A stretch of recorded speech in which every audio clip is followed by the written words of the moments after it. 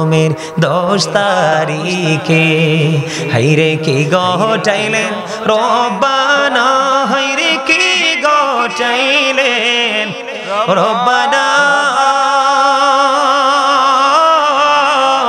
কলিজা ফাটিয়া যায় গো বলিতে সেই ঘটনা।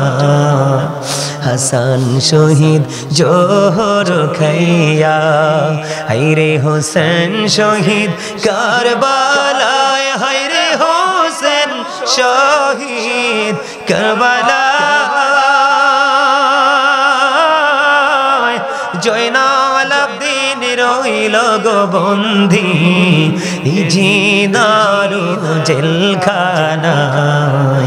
জৌড়ি দুন্দুল কহিয়রে খবর, জৌড়ি দুন্দুল কহিয়রে খবর। মাঝে নমর কান্দে না, হায়রে মাঝে নমর কান্দে না। মনের দুঃখ রইল গো মনে, মার তো দেখা পাইলাম না। মোহরারি জিও গোরারি, হাইরে মোহরারি জিও গোরারি। রারি বিবি সকিনা, হাইরে রারি বিবি সকিনা। একো ঘরে 3 জন গোরারি, খালি সোনারে মাদিনা। ময়ূরোনা ময়ূরোনারে জয়নাল, তুমি জয়নাল ময়ূরোনা, হায়রে তুমি জয়নাল ময়ূরোনা। তুমি জয়নাল গেলে গো মারা, নবীর বংশ থাকিবে না। বলিন মুহররমের 10 তারিখে হাইরে কি গটাইলেন রব্বানা, হাইরে কি গটাইলেন রব্বানা। কলিজা ফুলিয়া যায় গো শুনিলে সেই ঘটনা। মারহাবা কন্যা, এই কথাগুলো আস্তে আস্তে করে মুসলমানের জীবনের ইতিহাস থেকে হারিয়ে যাচ্ছে, যাচ্ছে না? সম্মানিত উপস্থিতি, ঠিক হাসান হুসাইন 2 ভাই যখন শাহাদাত বরণ করলেন, পুরস্কারের আশায় কিন্তু ইয়াজিদ বাহিনী কাজটা করেছেন। কিন্তু সবচেয়ে বড় দুঃখজনক কথা হলো, যদিও তারা পুরস্কারের আশায় করে থাকে, কিন্তু শেষ পর্যন্ত তারা পুরস্কার বন্দরে আমার হাসান রাদিয়াল্লাহু তাআলা আনহুর বিবি যখন ওনাকে খাবারের সাথে বিষ মিশিয়ে দিল, হাসান হুসাইন কান্দে, ভাইয়া গো বলো না গো কে এই নির্মম নিষ্ঠুর কাজটা করলো। ইমাম হুসাইন কিন্তু বারবার প্রশ্ন করেছে, জানতে চাই ভাইজান বলো না। কয় আমি বলবো না, ধৈর্য ধরো গো, একদিন আমার নানার কলিজার টুকরা উম্মতেরা জানতে পারবে। জোরে জোরে বলেন আল্লাহু আকবার। আজকে আমাদের কাছে খবর আসছে কিনা, আর জোরে বলেন না আসছে কিনা। বন্ধু ইমাম হুসাইন হাসান রাদিয়াল্লাহু তাআলা আনহু শাহাদাত বরণ করলো।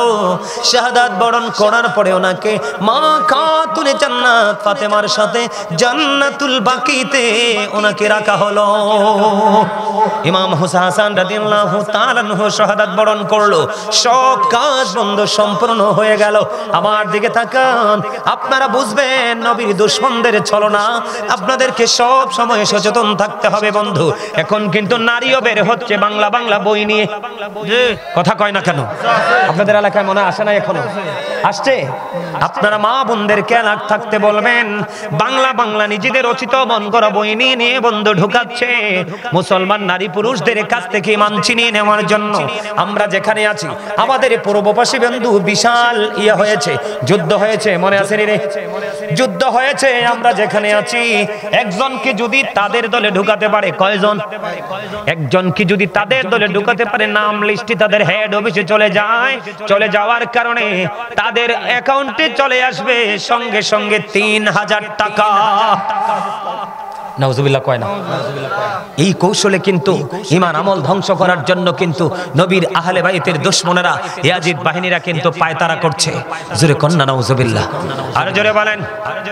বন্ধুরে আবার ধীরে ধীরে ধীরে ধীরে আবার সব কাজ বন্ধ সম্পূর্ণ হয়ে গেল।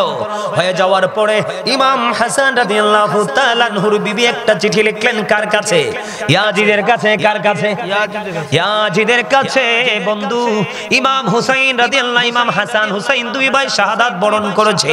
এটা আমাদেরকে যত বড় দুঃখ দিয়েছে, তার মধ্যে কিছুটা হলেও স্বস্তি পেয়েছি। নবীর দুশমন, তাদের দুশমনেরা পৃথিবীর বুকে লাঞ্ছিত অপমানিত হয়েছে।